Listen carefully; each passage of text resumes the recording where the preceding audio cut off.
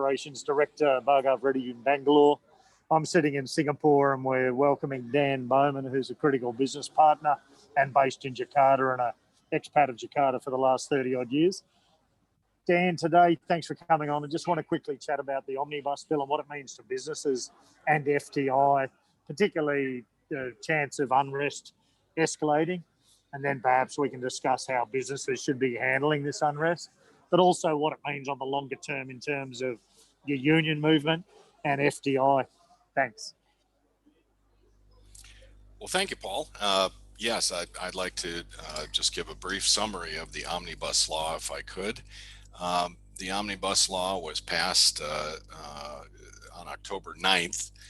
It amends 75 different laws.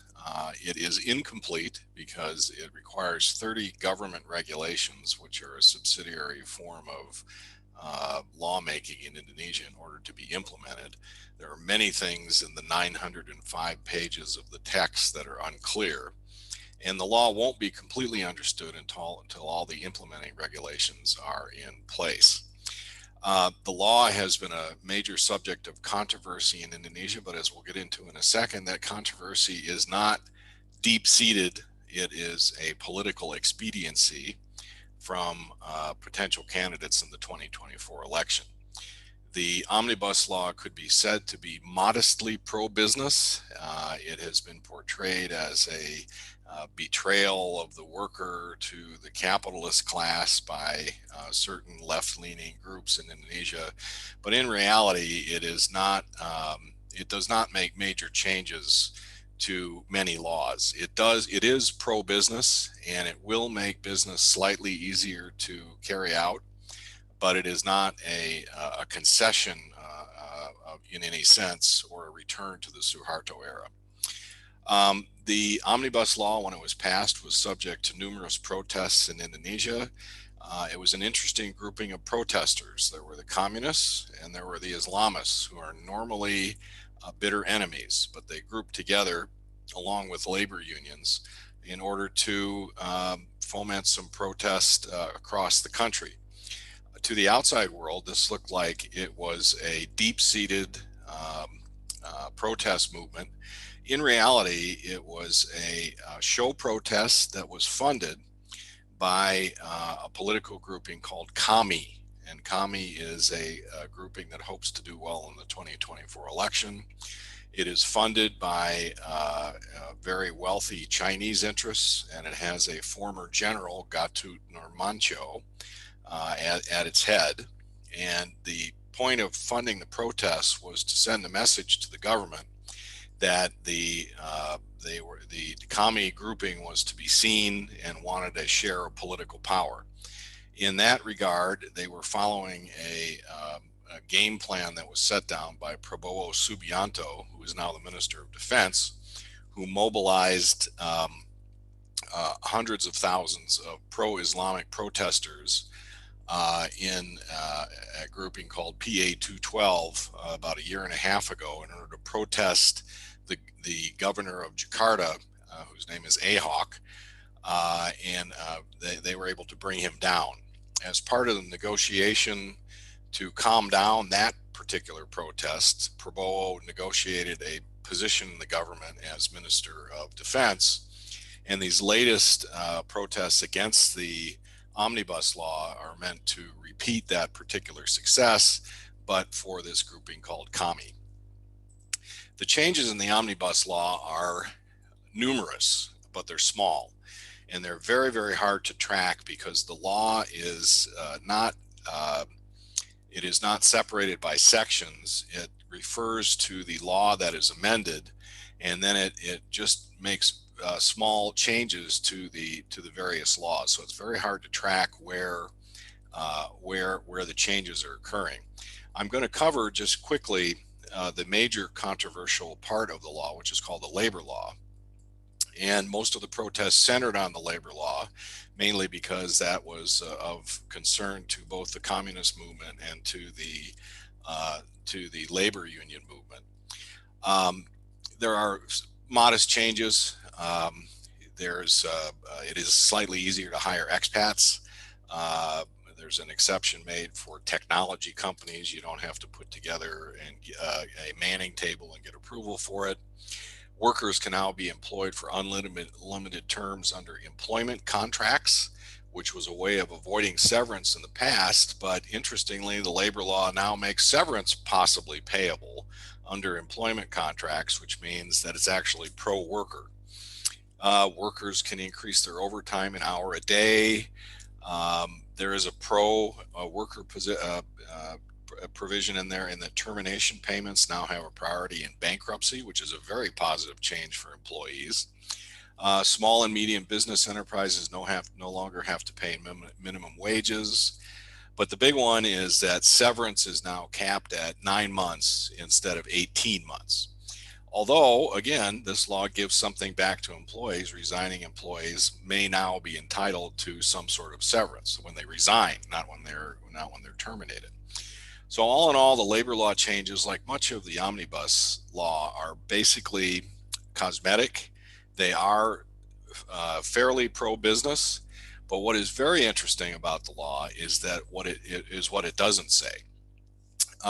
There are potentially major changes to parts of the law that have become very anti-business over the years, and I'm just going to give one example. In the first draft of the mining law, which is one of the 75 laws that were changed by the omnibus law, the mining law seems to say that local people can no longer veto a mining project. It has been commonplace for locals to come in and claim land and block development, demanding compensation. Under the Suharto era, what the government could do is come in and force the objecting locals to accept compensation for extinguishment of their ADAT rights, which would allow the mining project to go forward. This seems to have come back. The first draft explicitly brought it back, but the final draft, which is now enacted into law and waiting the president's signature tomorrow, says that that particular aspect will be governed by government regulation. Another reason that we won't know exactly what this says until the government regulations are issued. So in essence, there is a possibility that the law has very sneakily given the government the ability to push forward major projects and bulldoze opposition. But it is, up till this point, only a modest change, or a modestly positive change for business. It is not a radical bill as portrayed by the protesters. And as we've seen, the protesters are really paid agents of a political party that wants to gain attention. So that's my summary of the omnibus law, Paul, and back to you. Yeah, thanks, Dan. Look, I think what's of interest to note there is also the whole special autonomy. We won't go into it today, but the fact that the special autonomy grew, and a lot of that was about the lack of rights given to Adat, which is the cultural and traditional land rights. So whilst it's re-centralising particular issues, it's also taking away those rights to a degree. Whilst centralising those rights may be good for the foreign direct investment companies, it may mean that in the provinces and in the areas of operation, we could expect an escalation of demonstrations as those rights are taken away. Is that a fair comment? Yes, I think that's a very important comment, because I think you could summarize the major change in the omnibus law as being a transfer of authority from the local government, the Kabupaten level and the provincial level, to the central government. The local politicians have not yet caught on that in essence their power has been severely diminished.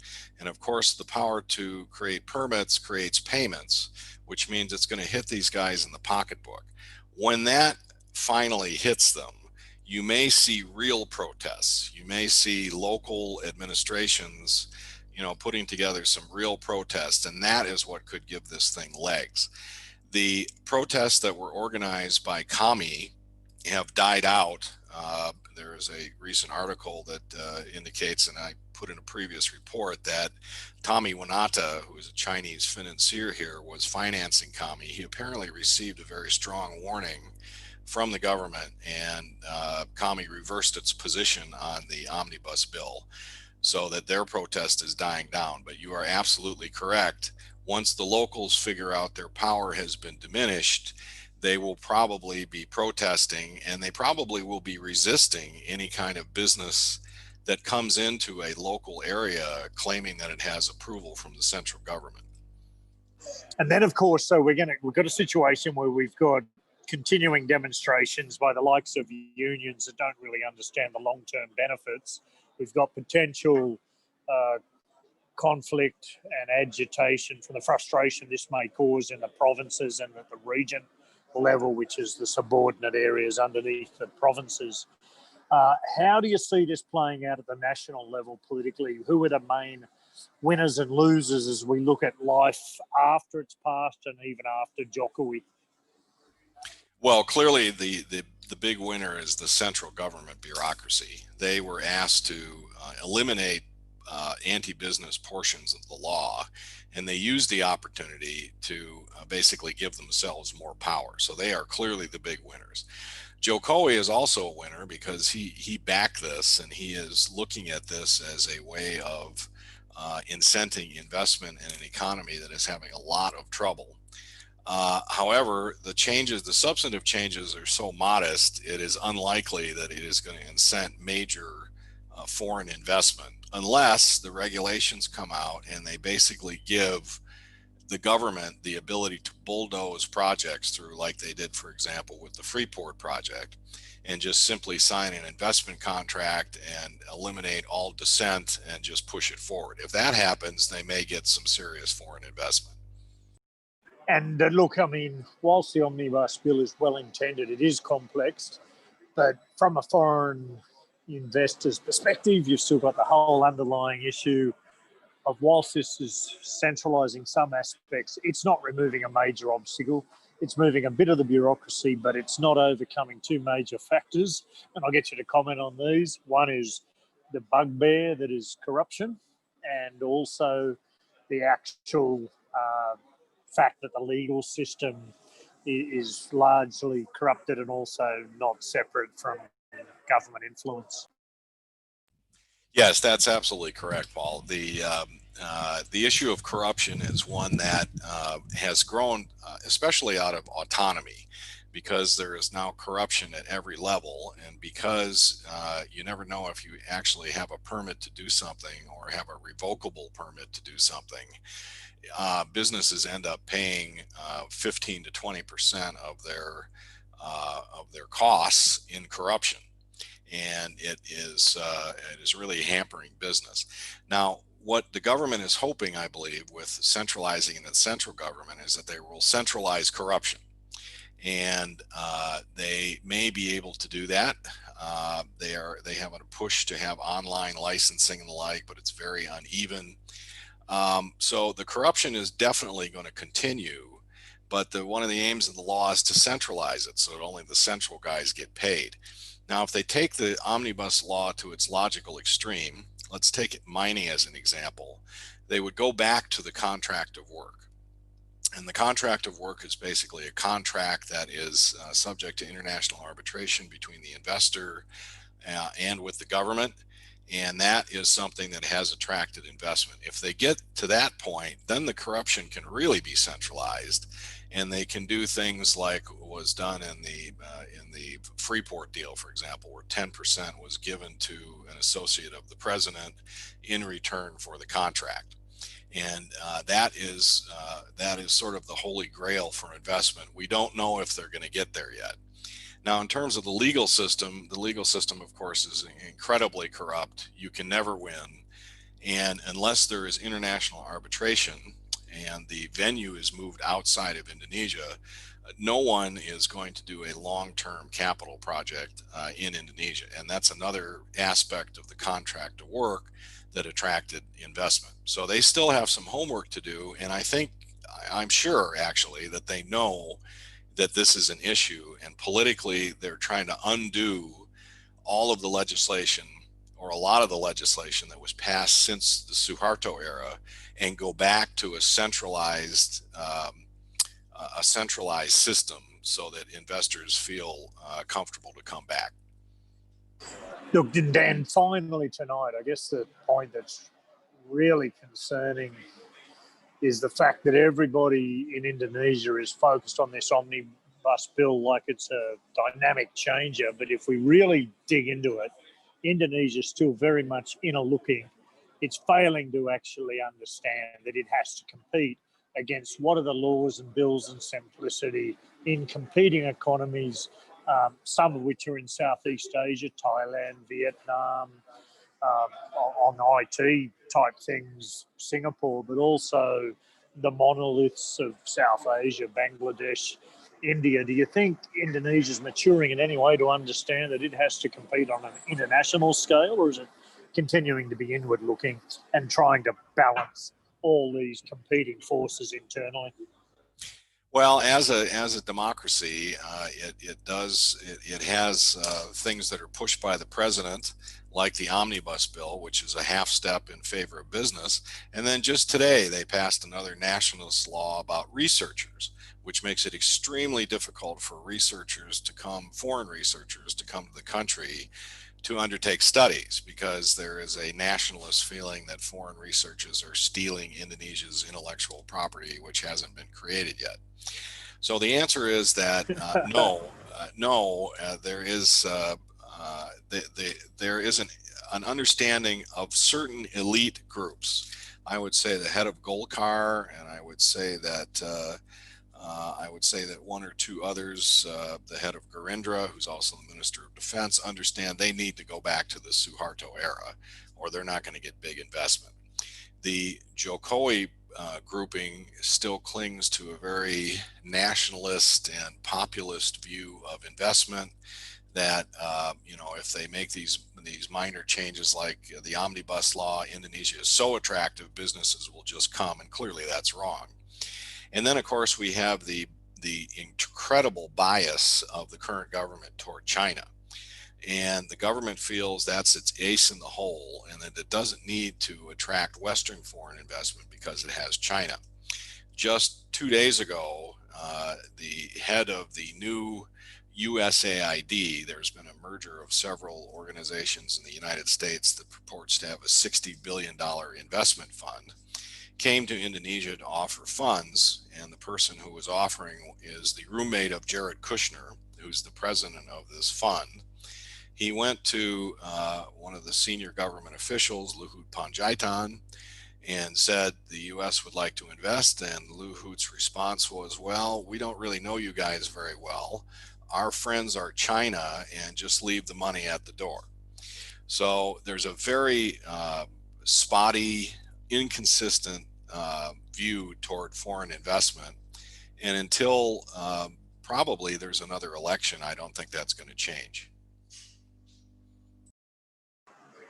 And I think what we have to do now is not today, but Bhargav, let's tee up a follow-up session on the geopolitical issue pertaining to America and China and the power battle in Asia Pacific, and also another more ground level view on what is special autonomy, why is it critical, and why is that going to be a source of agitation as certain power brokers try to pull power and a central fund of opportunity back into Jakarta. So Dan, look, I want to thank you for your chat. Let's catch up tomorrow when we've both got a little bit more time. And Bhargav, thanks for your time attending. Very good. See you guys later. Bye. Cheers. Bye.